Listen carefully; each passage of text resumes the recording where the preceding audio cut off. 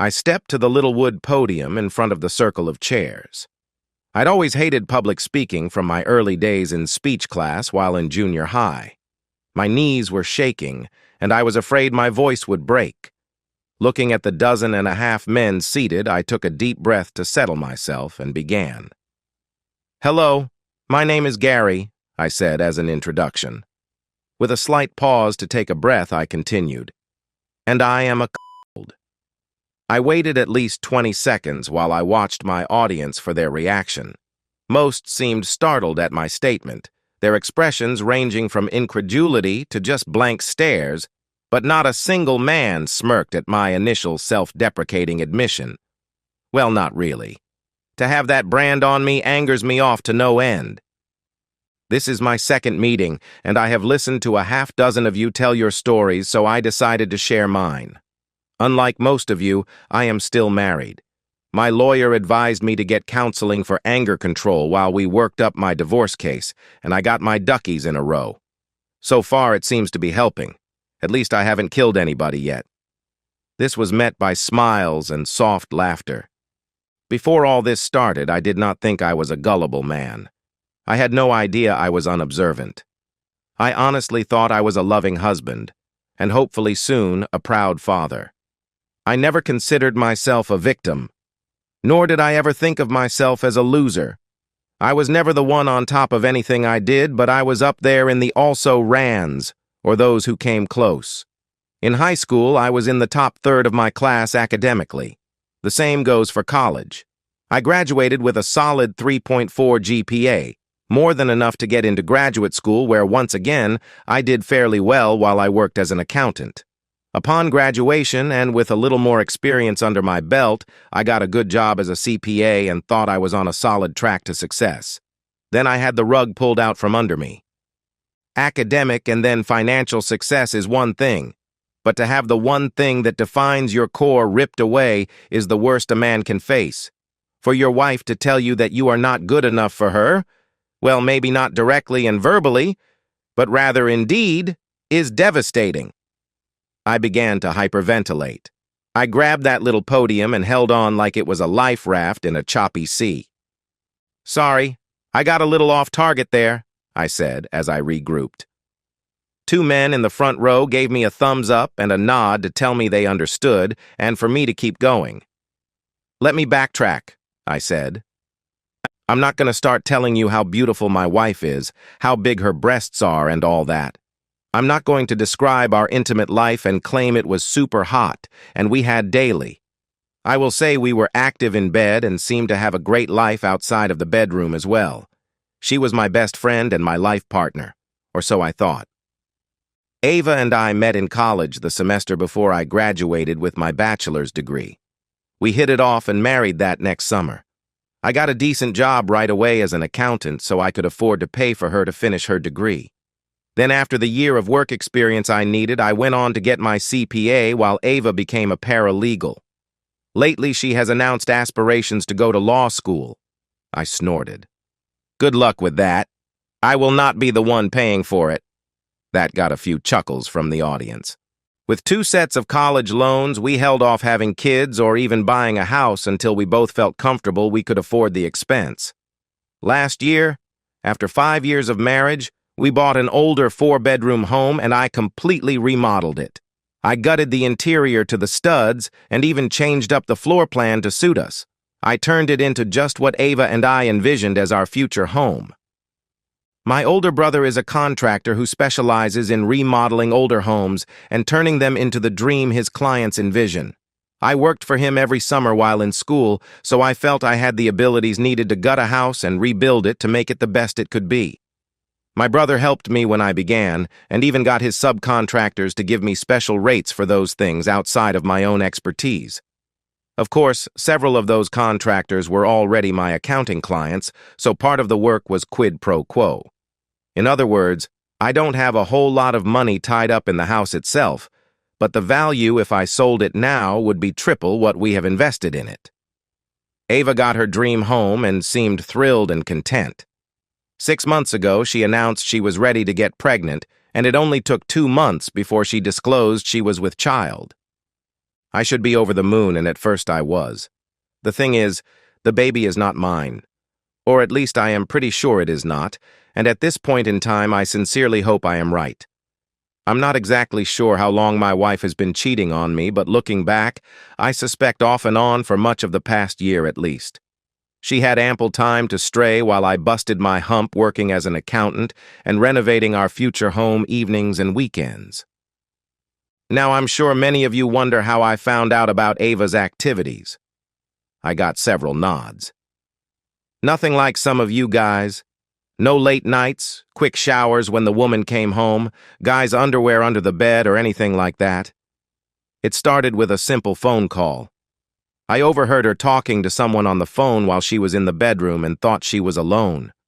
She and whoever were talking about what to pack for an upcoming business trip. Hearing Ava's side, I surmised she was talking to a woman. What caught my attention was when Ava said something about how the woman should bring her big strap on and how she might not be able to take a really rough for too much longer. She said something like, "Yeah, I know you told me I can get messed hard until just weeks before I deliver, but this is my first kid. I have not popped out two already like you have, and I'm not sure how much longer I can take your toy in my body with Doug's involvement at the same time." Now I know Doug is her boss's first name. She continued and laughed. "Oh, hell no. No way am I gonna let you use that big toy on my back. It stretches me enough as it is. I have to do extra Kegels so Gary doesn't wonder why I am loose when I come home after you finish using it on me. And when I am away a week and take that thing every night, I know I am stretched out. I had to pull out my toy and put on a show for him last time so he didn't get suspicious. He thought I was just getting warmed up for him.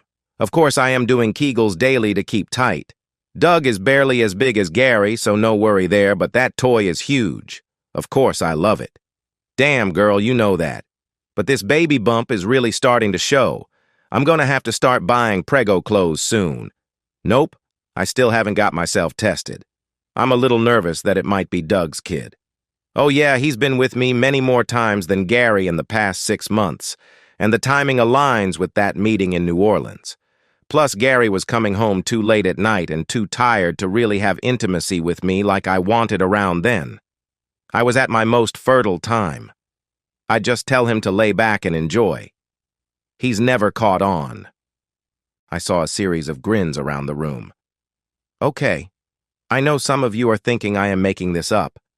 I could not possibly remember a conversation with that much detail, especially if I was upset. Well, I've listened to that conversation dozens of times in the past few weeks. I recorded it on my cell phone, I said. I saw a few nods and expressions change from obvious skepticism to acceptance. I called a security guy my brother uses for help. He installed a couple of cameras and recording devices, plus provided a few I could put in her purse and briefcase. I caught her in my bed a few times while I was at work and had some interesting audio conversations. She is being intimate with both her boss and the secretary, often at the same time. The secretary is married with a couple of kids. From what I gather, they do when they can, and the boss often does one or the other women at work. Sometimes the women play. You gotta wonder how they get any work done from the sound of it. I want to bring up one thing the doctor asked me. He asked me to try to get into Ava's head so I could understand her motivation to step outside of our marriage for intimacy. Perhaps she was frustrated with our long hours apart, and she needed some physical and emotional contact to make up for it. Well, I'll tell you all the same thing I told him. I don't care. She cheated. Simple as that. If she was feeling lonely or excited, she could easily have said something, asked for a little more us time, but she didn't. She decided to go off and cheat. The reason is moot. Okay, that's about all I have. Thank you for letting me vent. I am in the process now of divorcing the cheating woman. She left this morning for another out-of-town meeting with some corporate client. And yes, the boss and secretary are going. I concluded my talk. Before I stepped away from the podium, one of the men, a big grizzled guy, spoke up. Why didn't you go stomp a mud hole in the guy's back? Of course, I have no idea who did it as I was not there and had a good alibi. But the guy who was messing with my ex got his jaw broken and his nuts stomped flat. Nobody saw a thing. Random attack according to the cops. There was laughter all around. I told them I had not even confronted the soon-to-be ex-wife yet. I was still in the process of making plans. I got some incredulous looks. The main reason I am even here at these meetings is to keep a lid on my rage. Oh, I can tell you I have imagined using a baseball bat or even putting a few bullets in Dougie's back, but I am not about to risk jail. And that macho crap of standing up and fighting for my woman like a man is just that crap. She is not my woman if she doesn't want to act like it. Another guy asked if after hearing the conversation I started paying attention to see if my wife's vagina was stretched any from her girlfriend's toy. I haven't touched her since the night I overheard that conversation. I got COVID. I tested positive that very night and have slept in the guest room quarantining since. Matter of fact, I might have the record for testing positive. 3 weeks. Actually, I looked it up online, and that says in some cases I could be positive for a month, and with the pregnancy, it is just safer for me to sleep in another room. I grinned. I got some smiles and thumbs up. I stepped away from the podium. The group moderator, the therapist, stepped forward and thanked me for being honest and sharing.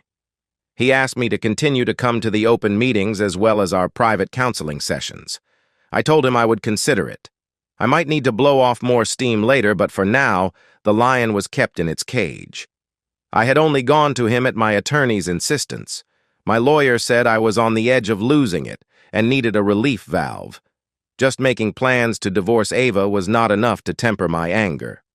Unlike at an Alcoholics Anonymous meeting, these meetings ended with everybody having a drink. We all adjourned to the bar down the block. "So you haven't even told the wife you know she is cheating?" one guy asked incredulously. I shook my head. Damn, I blew up, slapped my wife down, and then chased the jerk out the door. Of course, as she told me she was going out on a date with the guy when he walked in the door to pick her up. He was standing there grinning when she told me she was going out and probably would not be back until the next morning. If he wasn't so damn fast, I might have killed him. I was kicking in his car door trying to get to him when the cops arrived. That is why I am in these meetings, mandated by the court for anger management. "How about these other guys?" I asked. "Are they in the same boat?" The reason I ask is some seem to be getting off on hearing my story. I wonder if any are here for the prospects. The guy gave me a blank look and said, "Prospects?" "Yeah, you know, like the old joke. A teenager goes to confession and admits he had intimacy with a girl at school. The priest asks if it is Mary or something. The kids say no. The priest asks if it was Susie something. Again, no. The priest asks about a third girl, Joanne something. Again, no. So the priest tells the kid to say 10 Hail Marys. The kid steps outside and his friend who has been waiting asks him what the priest said. The first says, "He told me to say 10 Hail Marys and gave me 3 good prospects." The other guys at the table laughed. "You seem like a stand-up guy," one guy said. "If later you want somebody to do a little back-kicking while you are in church in front of a bunch of witnesses, let me know," I asked him, how he knew I was not a cop setting him up. "Because I work for your brother on occasion as a sheetrock subcontractor.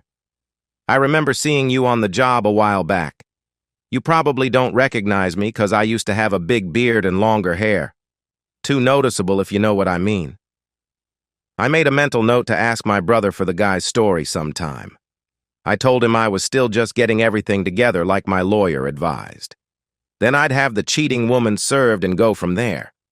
I limited myself to 2 beers. I was surprised at how much better I felt as I drove home. Maybe there really was something to that letting people, even total strangers, know your troubles crap. Confession or letting your demons out may be good for the soul, but I had work to get done. I was on a mission. Like I had told the guys at the meeting, my soon-to-be ex-wife had left for the week with her boss and the secretary, June. They planned to be gone the whole week to meet with some corporate clients. I suspected the work would be finished in 2 days. I knew it was a farce and knew what they intended long before I was told they might stay to visit the jazz festival on the company dime the next weekend. Ava was going to get comp time, so she'd have a few days off the following week if I could get away from my ledgers to spend some us time. More nonsense, I knew.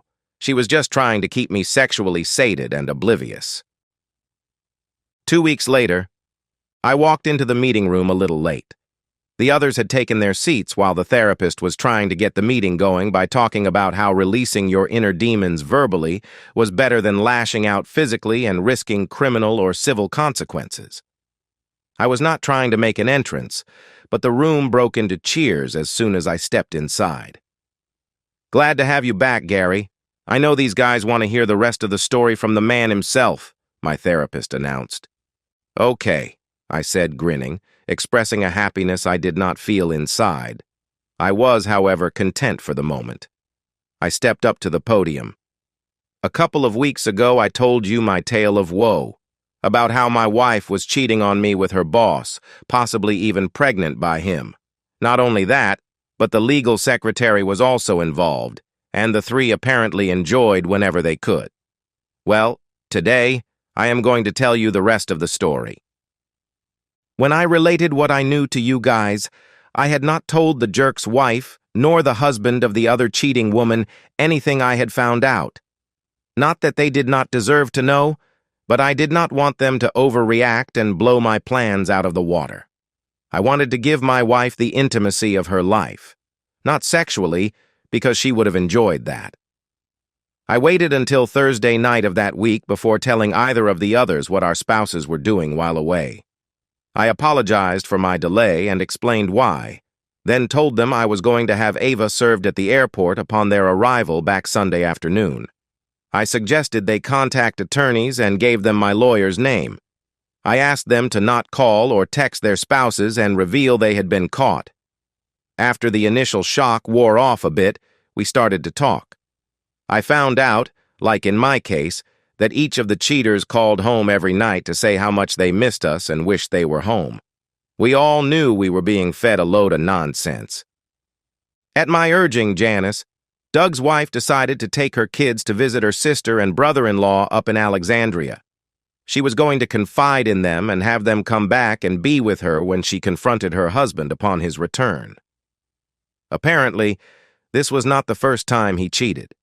She has 2 teenage kids she had to contend with as well. Bill, the secretary's husband, could not get out of work for the weekend. He runs the maintenance department for the Ford dealership here in town. He did promise to not call his wife June. He said he wanted to choke her to death without witnesses. I told him about this group and how it helped me to subdue those same impulses. I got a bit of laughter. Anyway, I told both what I did with my finances and explained why. Removing half of our savings and checking account balances, etc. In my case, that was not much, but they each admitted to having a fair amount in their accounts.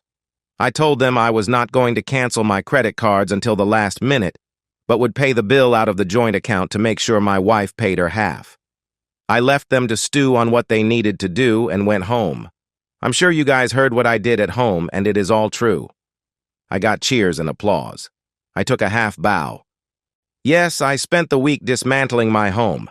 By dismantle, I mean I took it apart, but did not damage a single item. Some of you might remember from my earlier explanation, but I did most of the work renovating my house myself with a little of my brother's help. What I did was take back that work. I reversed it. I had to leave the sheetrock up with the texture and paint, but that, the carpet, and the air conditioning system was about all I left untouched. I disconnected every appliance and moved it away from the wall. The stove, dishwasher, and refrigerator were all unplugged, and even the connecting wiring harnesses were removed. Every bit of hardware was carefully bagged and attached to the appliance. I even took out the garbage disposal and left it in the middle of the kitchen floor with the sink and faucets all taken apart and removed. I decided to leave the kitchen cabinets. I could have taken them down and did take a few that the 2 of us could lift easily after loosening the retaining bolts. But that was just to show the soon-to-be ex her pretty kitchen was no more. I also left kitchen counters alone, as I had used a one-piece system that I could not take away from the wall without damage. That was not the case in the bathrooms.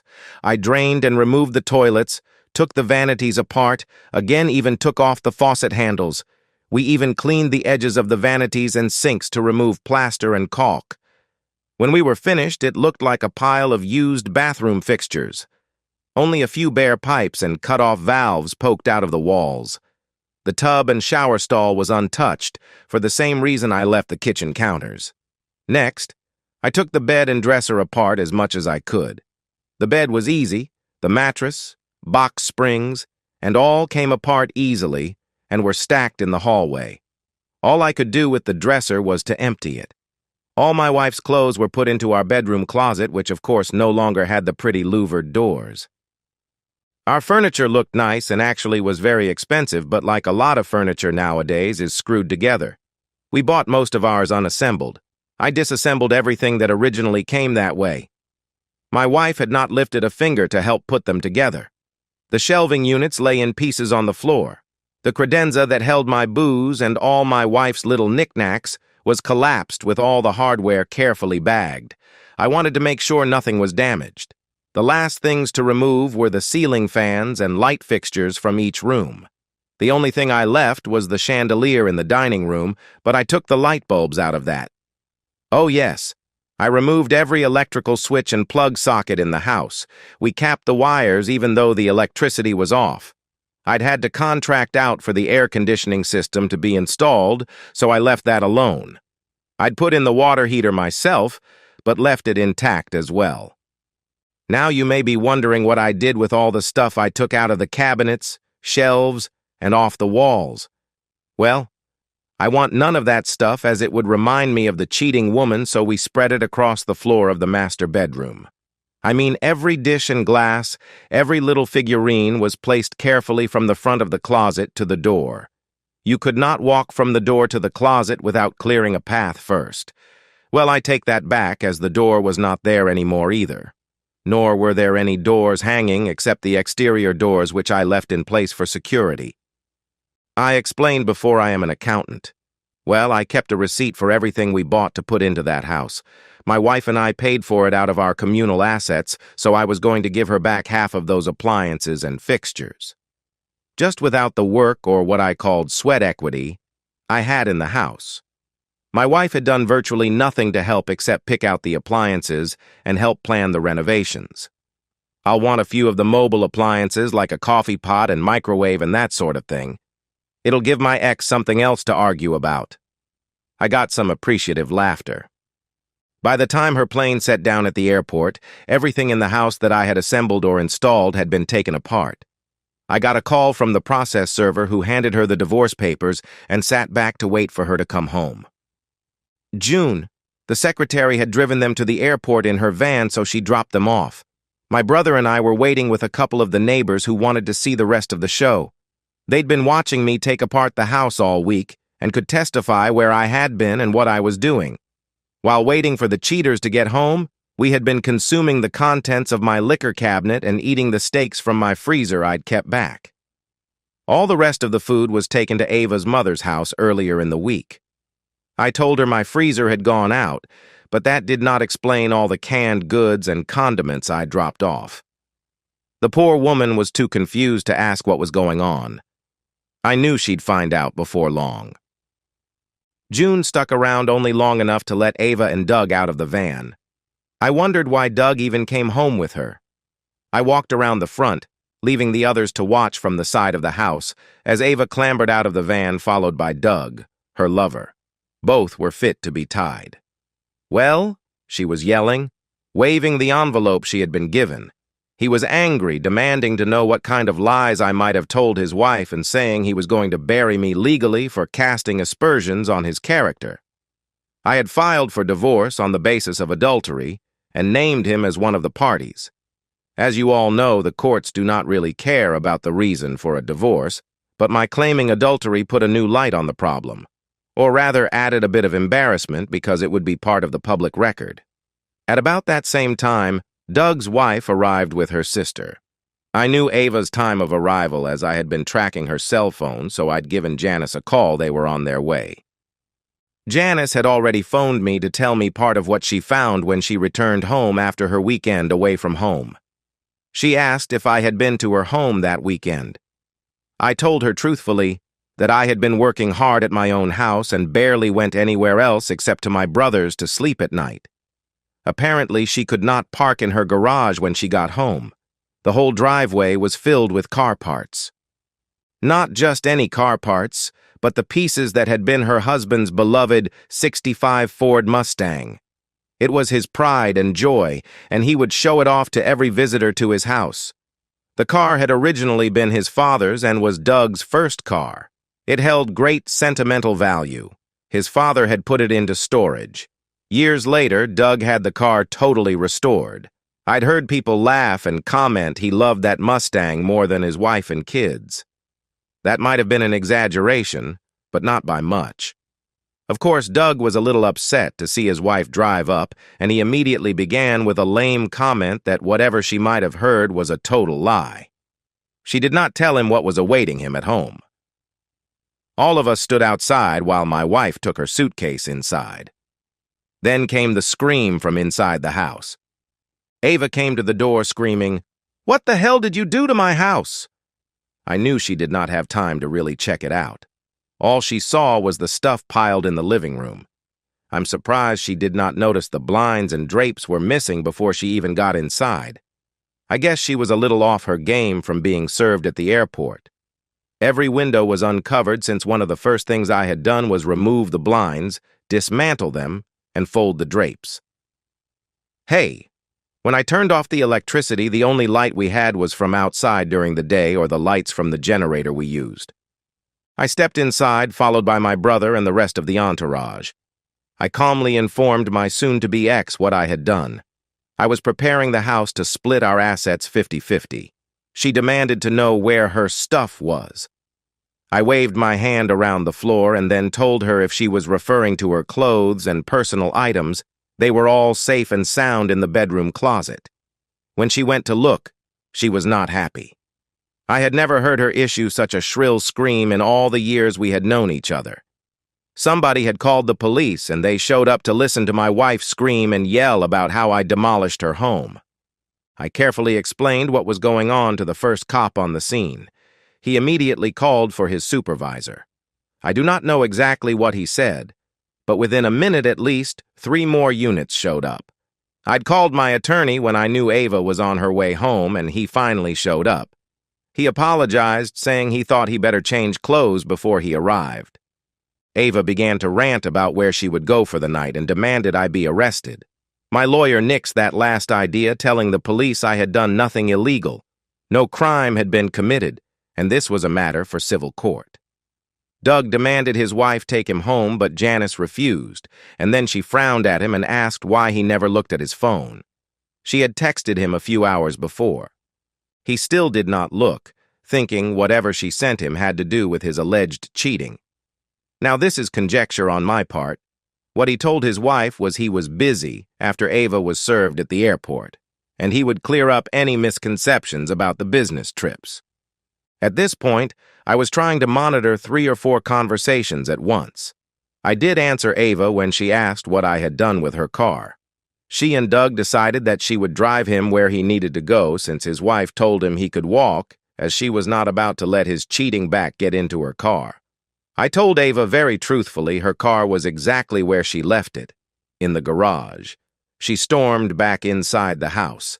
Not 2 minutes later, she stomped back outside and complained the garage door would not open. I told her I was not surprised as the electricity was off, plus I had dismantled the garage door opener. She loudly demanded to know how she was supposed to get her car out. Doug heard her and told her to just pull the emergency release to open the door. She had no idea what that was, so he went inside with her.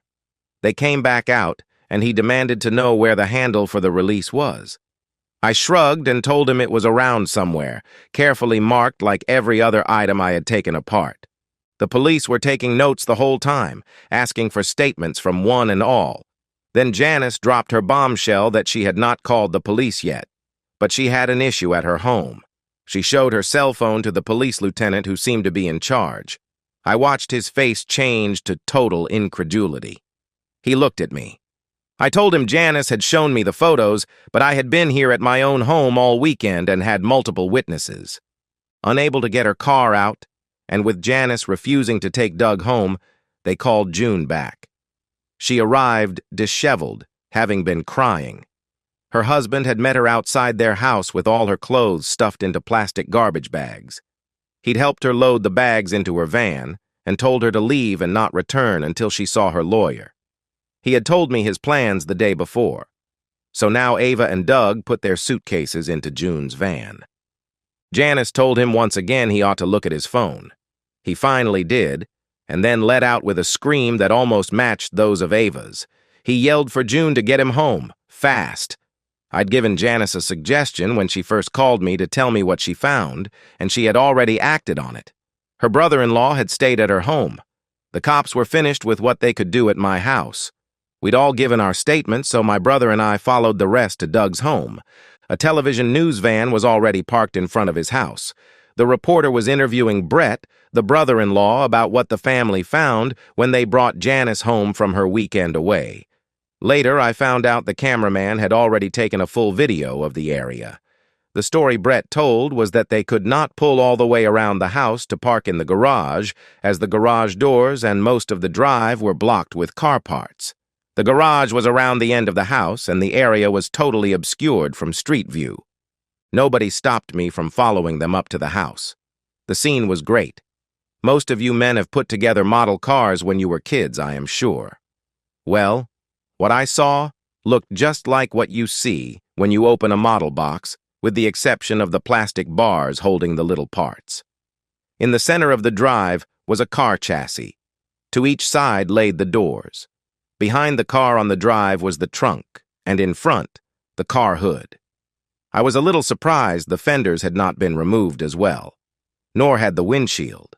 Virtually every other piece was, though. The engine sat in front of the chassis. The radiator, fan, water pump, starter, generator, carburetor, and all the major parts had been removed. All the belts and hoses are placed neatly in rows to one side. The transmission and the whole drivetrain were sitting behind the car. The wheels were removed along with the brake assemblies. Even the seats were removed and sitting off to one side. I'm telling you, it was impressive. I'd never seen a car totally or almost totally taken apart. Everything was laid out very neatly. Not that any of that mattered. Doug lost it. He began to wail and even started crying. He dropped to his knees and screamed that Sally was destroyed. I asked Janice who was Sally. The television reporter was standing close by while the cops walked around the car looking over the scene. I can tell you I fell over laughing when Janice explained Doug named his car Sally. Mustang Sally, like the song. I know you all heard about that part. Once the news reporter broadcasted her report, the story was picked up by the network and then made the full rounds on social media. They played the song Mustang Sally as the backdrop. None of us spouses were hiding. We all made sure the 3 cheaters were named. Doug accused each of us for the damage to his car, but we all had ironclad alibis. June's husband, Bill, worked all day Saturday at the dealership and was with their kids that night and all day Sunday. He had the expertise to dismantle the car and possibly the resources, but the investigators could not link him to anybody who might have been responsible. Apart from Doug's, not a single fingerprint could be found on any part. The police had even checked the lug nuts that had been carefully piled together. Janice was with her sister and brother-in-law for the weekend, and even her kids testified to that.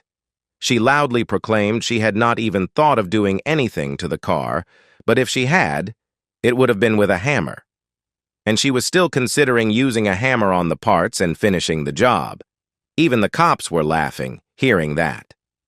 Of course, because of the careful way the car had been dismantled and the parts not damaged, I was the #1 suspect, but I also had an alibi. First of all, I am not a mechanic. I know home repair and renovation, not how a vehicle might be put together. I did not have much more than a couple of screwdrivers and a few wrenches anyway. Plus, I was busy taking apart my home under the amused and watchful eyes of my neighbors. The whole event at Doug's house was a circus.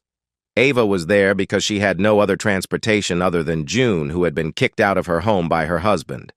My father-in-law soon showed up after receiving a call from Ava. He stood wide-eyed watching the extravaganza unfold. The reporter called me for a follow-up the next day. She'd heard what I'd done to my home and wanted to add that as an angle to her story. I gave her one of the 20 or so flash drives I had made of how I systematically dismantled my home. She condensed 5 hours of video into a 2-minute television segment. Those flash drives proved to save my butt so far. I gave them out like candy at Halloween. Of course, since I only had 20 drives, I'd also included the evidence of the 3 culprits cheating. Doug had got a restraining order for me to not publish a thing about his infidelities. But by the time the order was issued, almost all of those drives had been distributed. I had no control when some of the evidence, which included them discussing their affair and even video of a few of their encounters, made the rounds on the internet. Even my father-in-law got a flash drive when he asked me if I might be overreacting to perceived events. Doug was totally embarrassed to be seen switching places with his 2 female partners. Him taking up the back by June's toy while he had his face planted in Ava's crotch was the most humiliating and was cut out of the television segments but did show up online. That the 3 were videoed in flagrante delicto was mentioned often, even on television. Now, as of today, my status is still up in the air. I intend to push for the divorce to be finalized as soon as possible, but Ava wants to stay married for the sake of the baby. The paternity test, which my wife initially protested, showed I am not the father of her unborn child. I had to pay extra to get the test expedited, but since the child is not mine, I'll get some of my money back from the communal assets. Ava wanted the opportunity to discuss the matter privately and wait until the baby was born to test, but I had made it so public that she had no option but to submit to the test despite her attorney's advice. I have no idea what she plans to do or if Doug will step forward. He might not even be the father for all I know. That is not my concern. My wife got an attorney who claimed I destroyed my home. Mine, of course, claimed I merely took back my work and none of the components were damaged and everything is ready for resale. From the last I heard, the investigation into who dismantled Doug's Mustang has come up empty. The working theory is it has to be a team of experienced mechanics, somebody with the expertise to remove the major components and not leave a total mess. Oil, transmission fluid, coolant, and even brake fluid were drained, and none of the parts were damaged when taken apart. Even Bill, June's husband, admitted to the investigators what it would take to take the car apart like that. Components that might be compromised, like the manifold covers and valve assemblies, were left alone. Bill told me privately he would like to hire the men as they were fast and obviously knew their stuff. He told me as much as he loved it, he had nothing to do with taking the Mustang apart and asked if I had. I honestly told him I had not. Doug paid through the nose to get the parts picked up and stored. Janice told him he had 2 days to remove the junk, as she called it, from her drive so she'd have access to her garage. Otherwise, she'd hire a couple of neighborhood boys to pile the crap under the carport where Doug had kept the car. He knew she was serious. Before any of you think I came out on top of any of this, I was not unscathed. The very next day after Ava's return home, I was immediately fired from my job. I knew my boss was a good friend of Doug. Doug sent him clients, and in turn, he recommended Doug when the need arose. My boss had even been the one to originally suggest Ava go to work for Doug. When I was told I was fired, I leaned over my boss's desk and asked him point blank if he had been party to any of the intimacy play, and more specifically, asked if he had been with my wife. He denied everything, but that did not keep me from having a little talk with his wife to make the suggestion I suspected he might have. My ex-boss's claim I was poaching clients was dismissed when I demonstrated I'd brought many of them to the firm in the first place. A few others made the statement they did not trust the man after he fired me. I've agreed to handle all the accounts who followed me pro bono for 2 months while I work for my brother for minimum wage. Ava's attorney claims I am deliberately avoiding having a substantial income. I claimed I was simply helping friends while I determined my future career. I opened my fledgling part-time pro bono accounting firm in an unused office in my brother's building. If any of you need an accountant, let me know. I got a few cheers from the audience. I felt a little better about my circumstances, but I had to admit, I lost a wife, my home, and my dreams. All irretrievable. 3 weeks later, once again, I walked into the anger management support group. I stepped to the podium. I see many of the same faces here. I guess you are here for the same reason I am. It is hard to get control of your emotions. Well, let me rephrase. That it is hard to keep them under control all the time. As Mai and I am sure your therapists say, there is a fine line between depression and anger. I talk to both therapists now. To be honest, it was not my choice. I know some of you had to come here because the court mandated it. I am here because my sister-in-law demanded it. We were all sitting at the dinner table, and my 8-year-old nephew asked loudly, "Uncle Gary, are you angry all the time because Aunt Ava was so unpleasant?" When asked where he heard that, my nephew pointed at me and said he heard me talking to his dad. My sister-in-law looked at me to fix the situation, so I said very carefully that it was really not polite to use that word, but yes, I was very upset with Aunt Ava. Then I hit the trifecta of keywords when he said, "Okay, I won't say that again. I like her. It's too bad she acts this way." You can imagine the glares I got from my sister-in-law. My brother was no help at all. He just stared at his plate and shook as he tried to keep from laughing. My sister-in-law told me very quickly that if I wanted to keep my boys, I better learn to watch what I said around the kids. Now my 6-year-old niece got into it and said, "Boys? I didn't know Uncle Gary had any kids. Where are they?" My sister-in-law said the boys were me, her dad, and her brother. Then the little 6-year-old, bless her heart, said, "Oh, so when you told Miss Sandy your girls were sore and tender from too much rough play, you meant because I fell and skinned my knee when—" To be honest, I did not hear how she finished because I was laughing too hard. But my sister-in-law was beet red.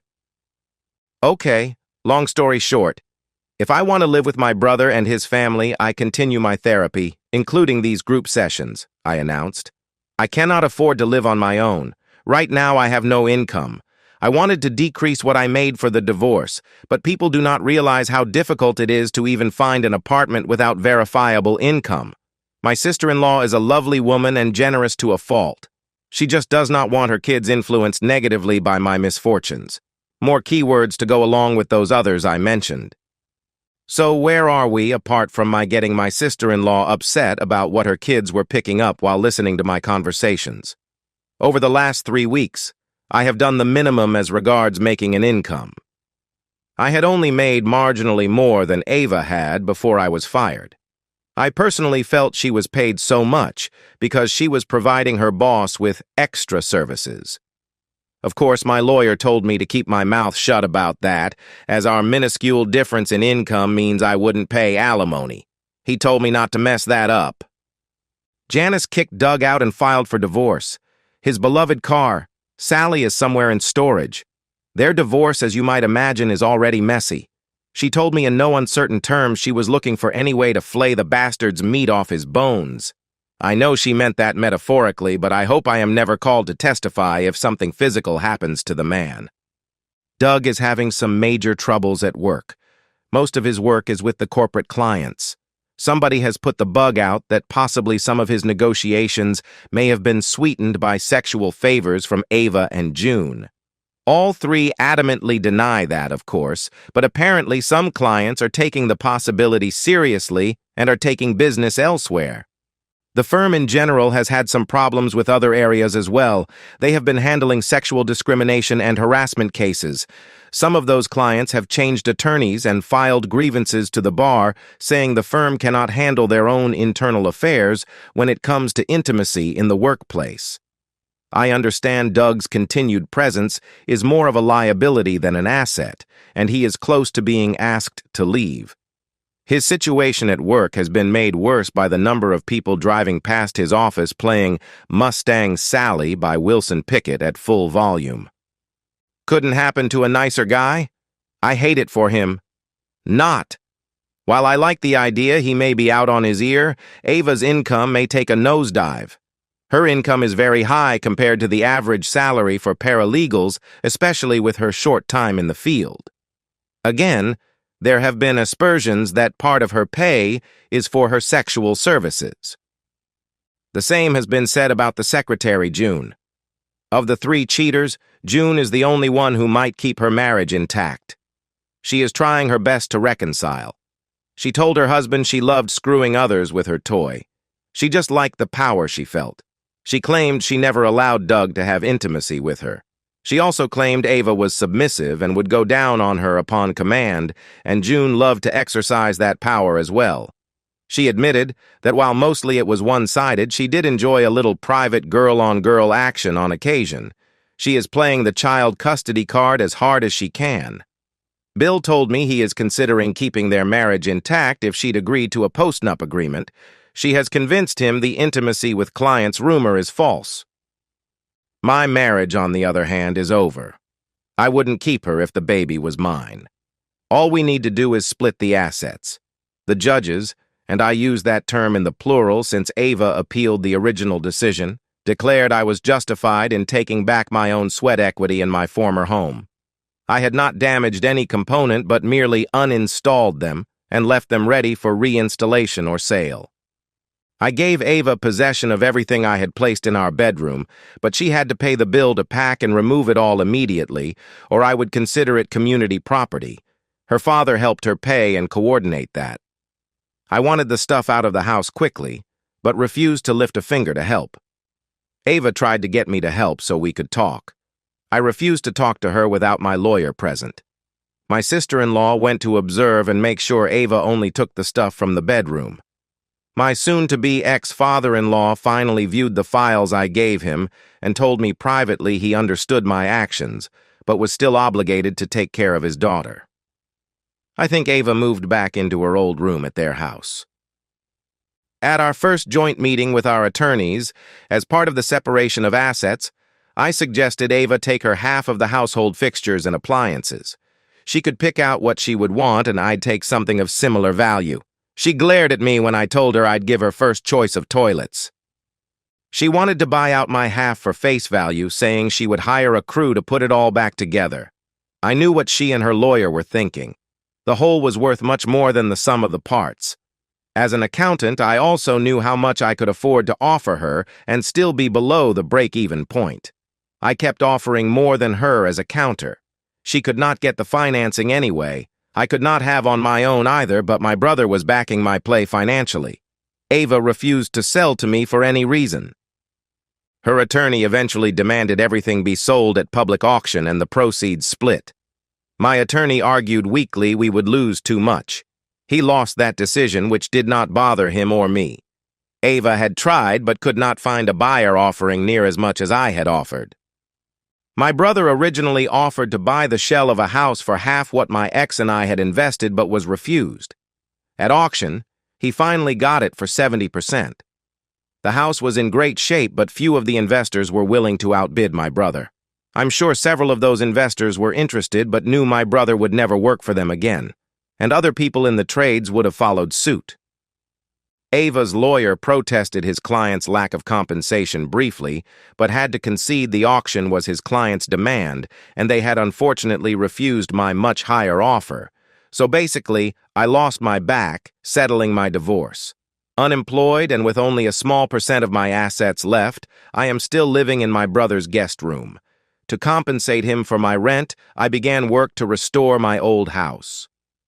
Everybody knows I was the one who took my home apart, but nobody has any idea of who dismantled Doug's beloved Mustang, let alone begin to provide a bit of proof. Doug even hired his own investigators. All have come up dry. My financials were examined to see if I had paid anyone. I had to provide them access to my cell phone and computer. June's husband Bill did also. No link to anybody who might have done the deed has been found. The whole affair has been fodder on social media after originally appearing as a topic on network television. You can imagine the notoriety I get as the man who took my house apart. I am constantly asked how I really took the Mustang apart and promised they'd never tell. Then I get congratulated for something I did not do. Several of the guys stood and congratulated me on the spot to the laughter of others. I stepped away from the podium. The therapist asked who wanted to go next. All shook their heads. One guy said he'd wait for next time to tell how he grabbed the guy messing with his wife by the balls and marched him naked out of his house and down the street. We all headed for the bar. "Hey, Gary, don't I rate a little discount as a new client?" Paul Frug asked. He was the drywall subcontractor I'd met. "I seem to remember you gave the guys who followed you when you got fired from that other firm 2 months of free accounting." "Hell, I gave you a free setup in my system," I offered with a smile. "That takes some time. Do you think you deserve more? You do work for my brother, not me. My house already has all the walls up." I was referring to my former house, which my brother now owned and rented to me for a minimal amount. I'd be buying that house back for what my brother paid for it in a year or so when we figured enough time had passed. My ex-wife Ava could not claim fraud. "Or is it because I offered all the guys in our group a discount to do their taxes this year?" I asked. "Nope, none of those things." Paul grinned. "I figure I deserve it for my strength pressing on a floor jack to lift a Mustang up so the wheels and tranny could be removed. I'm not much of a mechanic, but I can stack parts around. Also for telling your brother, I knew some guys who could help out in a bad situation, and especially my cousin who is a mechanic when he told me about a Mustang he wanted dismantled." I almost could not see through tears of laughter as I marked his account paid in full for the next year. And so, we've reached the end of today's story. Was it what you expected, or did it take a twist you didn't see coming? I'm curious to hear your thoughts. Share them in the comments below, and let's get a conversation going. If this story kept you hooked, make sure to hit that like button. And if you're new here or just haven't subscribed yet, now's the perfect time to join our community. I bring you fresh, captivating stories every day, so click that subscribe button and turn on notifications so you never miss out. Thanks for watching, and I'll see you in the next one.